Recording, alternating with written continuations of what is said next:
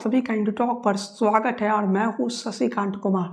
और आज का जो हमारा वीडियो विश्लेषण है वो उत्तर प्रदेश के सियासत में कुछ बड़ा खेल होने वाला है। इसके साथ ही बिहार की राजनीति में भी जिस प्रकार की परिस्थिति दिख रही है, जेडीयू और बीजेपी के बीच जो सीट फॉर्मूले तय किए जा रहे हैं, इसमें बीजेपी ने एक्सचेंज ऑफर का भी मौका दे दिया है। जेडीयू से ये कहा है कि आप हमारे सीटों को अदला बदली कर लें। मतलब जेडीयू से कहा गया है कि कटिहार और पूर्णिया का सीट हमें दे दीजिए, बदले में आप बीजेपी के जीते हुए कोई सीट ले सकते हैं।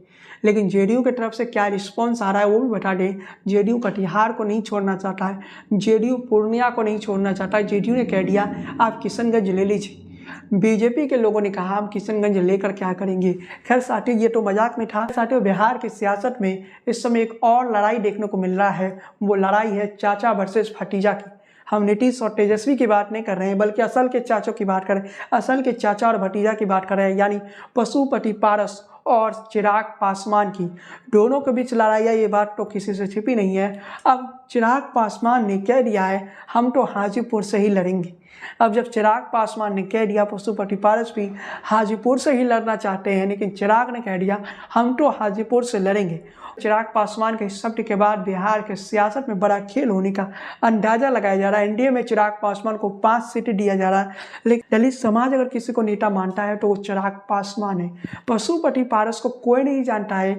बिहार के दलित समाज के लोग रामविलास पासवान के बाद किसी और को अपना नेता माने हैं तो वो चिराग पासवान ही है, पशुपति पारस नहीं है साथियों। और इसी से बिहार की सियासत को आप समझ सकते हैं। लेकिन उत्तर प्रदेश की सियासत में भी खेल होने वाला है।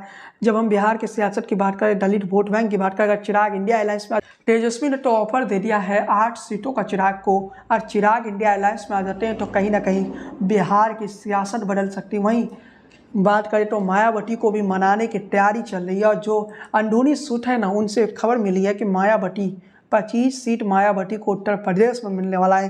राजस्थान से भी 2 या 3 सीट मिलने वाला है। मध्य प्रदेश में भी 2 सीटें दिया जाएगा।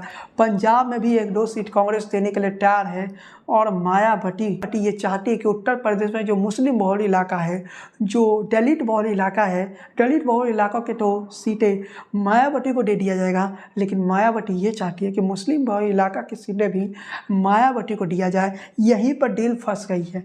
यहाँ अखिलेश यादव ने स्पष्ट कर दिया हम मुस्लिम बहुल इलाका नहीं दे सकते, दलित बहुल इलाका जो सीट है वो अखिलेश यादव देने के लिए तैयार है।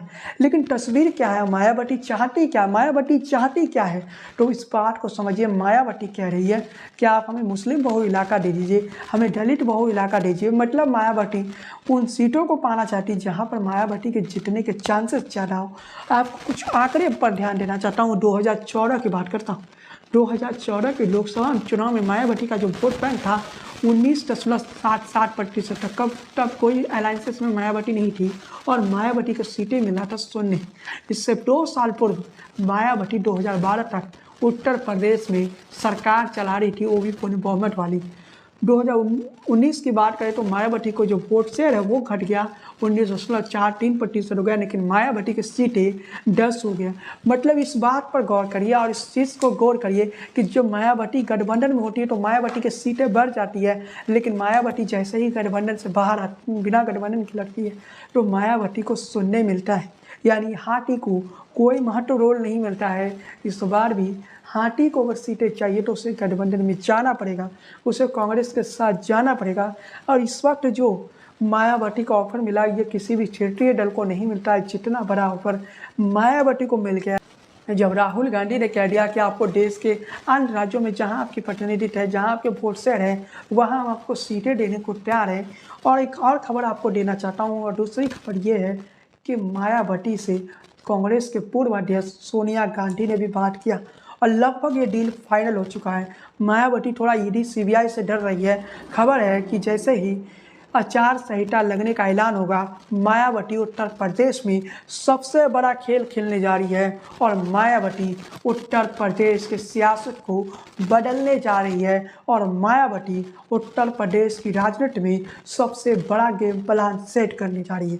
मतलब समझ लीजिए कि मायावती उत्तर प्रदेश की राजनीति में सबसे बड़ा फैसला आचार संहिता लगने के बाद लेगी।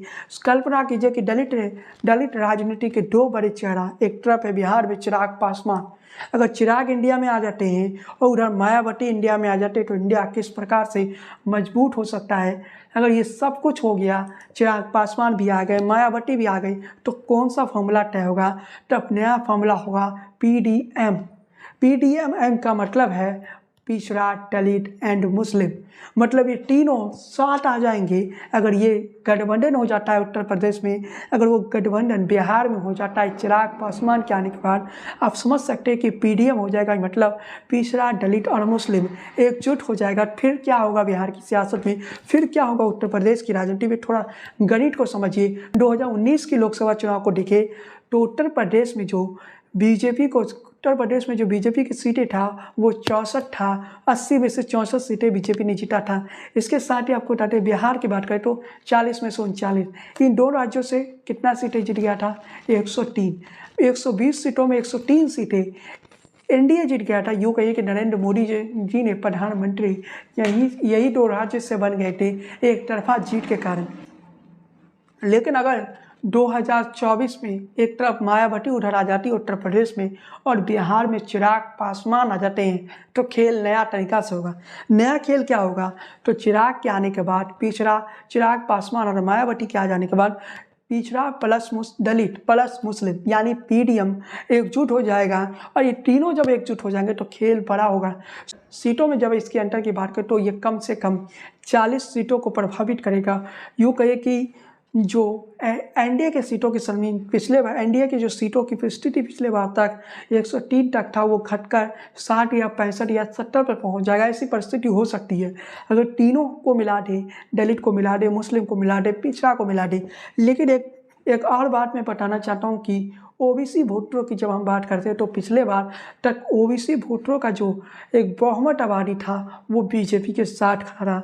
तो ये PDM बनेगा या फिर नहीं बनेगा ये अलग बात है।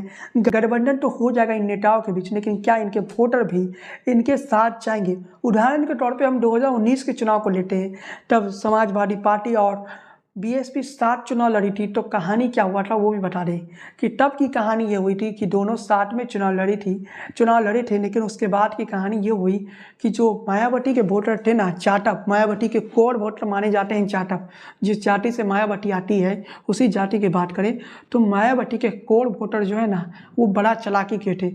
जहाँ जहाँ मायावती का कैंडिडेट था वहाँ पर तो वो मायावती के साथ चले गए, लेकिन जहाँ अखिलेश यादव का साइकिल था वहाँ मायावती का कोर वोटर जाटव ने 60 तक नहीं दिया। वहीं इस बार की बात करें तो कांग्रेस, मायावती और इसके अलावा अखिलेश यादव और कुछ छोटी पार्टियों को मिला दे तो सब साथ लड़ते हैं तो एक नई तस्वीर देखने को मिल सकती है। तब ये हो सकता है कि जो जाटव वोटर हैं वो कहीं ना कहीं ये सोचेगी कि मायावती को अगर देश भर में अलग अलग राज्यों में टिकटें मिल रहा है तो क्या पता मायावती इंडिया का प्रधानमंत्री का चेहरा बने।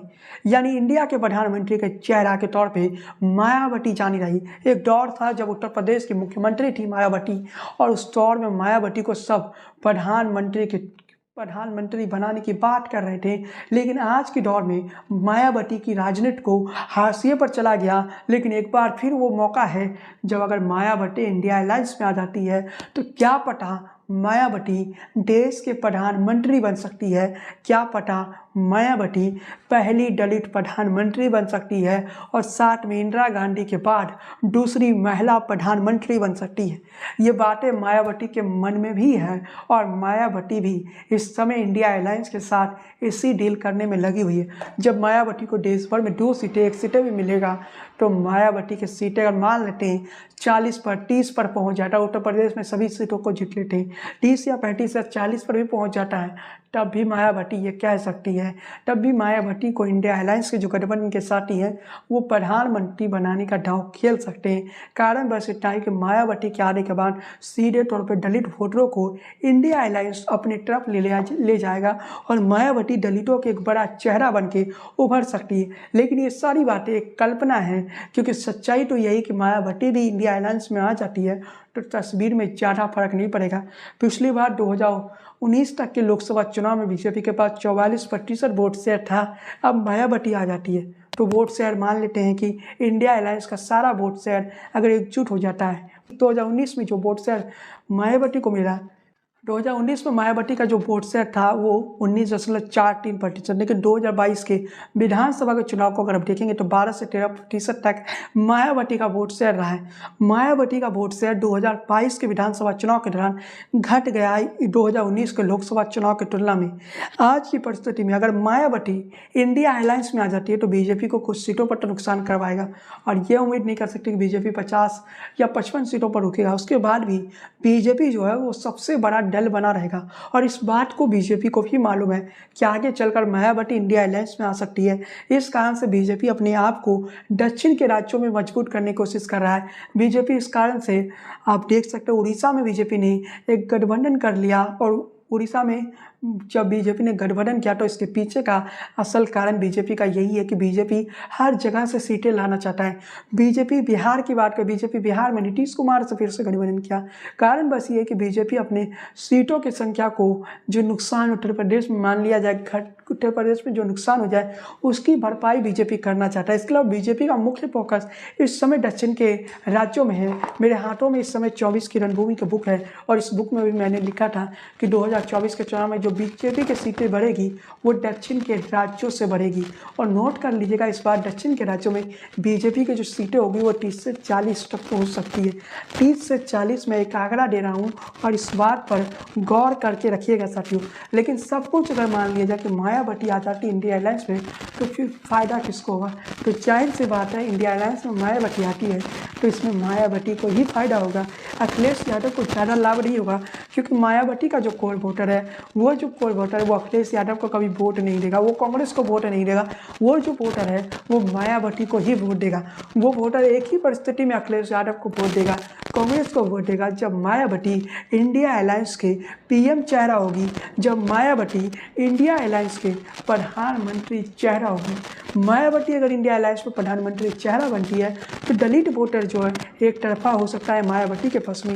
लेकिन मायावती का उत्तर प्रदेश के बाहर कितना प्रभाव है ये देखना भी जरूरी है। लगभग 11 राज्य ऐसे हैं जहाँ मायावती का वोट शेयर कुछ हद तक है, लेकिन उन 11 राज्यों में कंप्लीट वोट शेयर दलितों का मायावती को नहीं जाता है। इस बात पर भी गौर कर लीजिए। मायावती की बात की जाती है तो एक दौर में वो पीएम चेहरा भले ही थी, मायावती एक दौर पर पीएम चेहरा भले ही थी, लेकिन आज की परिस्थिति में मायावती का पीएम चेहरा बनना कठिन हो सकता है। काशीराम ने जो सपने देखे थे, अगर उस सपनों को पूरा करना है तो मायावती को भी पता है कि उत्तर प्रदेश में उन्हें किसी न किसी गठबंधन के साथ जाना है।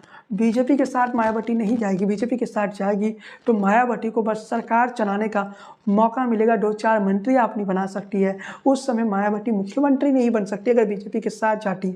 लेकिन अगर मायावती इंडिया अलायंस के साथ जाती तो वहाँ भी मायावती के लिए मुख्यमंत्री के दरवाजे बंद है, क्योंकि अखिलेश यादव मुख्यमंत्री की कुर्सी नहीं छोड़ने वाले हैं। तो यहाँ पर मायावती के लिए जो दरवाजे हैं वो केंद्र की राजनीति की तरफ है। केंद्र की राजनीति की तरफ मायावती बढ़ सकती है, लेकिन इंतजार तो करना पड़ेगा मायावती कौन से कदम उठाएगी और मायावती किस प्रकार से आचार संहिता लगने के बाद सियासत को प्रभावित करेगी, और मायावती किस प्रकार से राजनीति में बड़े परिवर्तन कर सकती है। क्या मायावती आचार संहिता के लगने के बाद कुछ सरप्राइज दे सकती है, और क्या बीजेपी को बड़ा झटका दे सकती है? इसके लिए हमें इंतजार करना पड़ेगा। खैर साथियों, आज के इस वीडियो में बस इतना ही। आपको क्या लगता है कि मायावती के इंडिया अलायंस में आ जाने के बाद इंडिया अलायंस को फायदा होगा या फिर नहीं? इस पर आप हमें कॉमेंट में बता सकते हैं। चैनल पर पहली बार आए तो सब्सक्राइब कीजिए, बेल आइकन की घंटी को बजाइए, फेसबुक पेज को फॉलो कीजिए, और इस वीडियो को शेयर जरूर करिए और ज़्यादा से ज़्यादा लोगों तक पहुँचाइए। खैर साथियों, आज के इस वीडियो में बस इतना ही। जय हिंद, वंदे मातरम।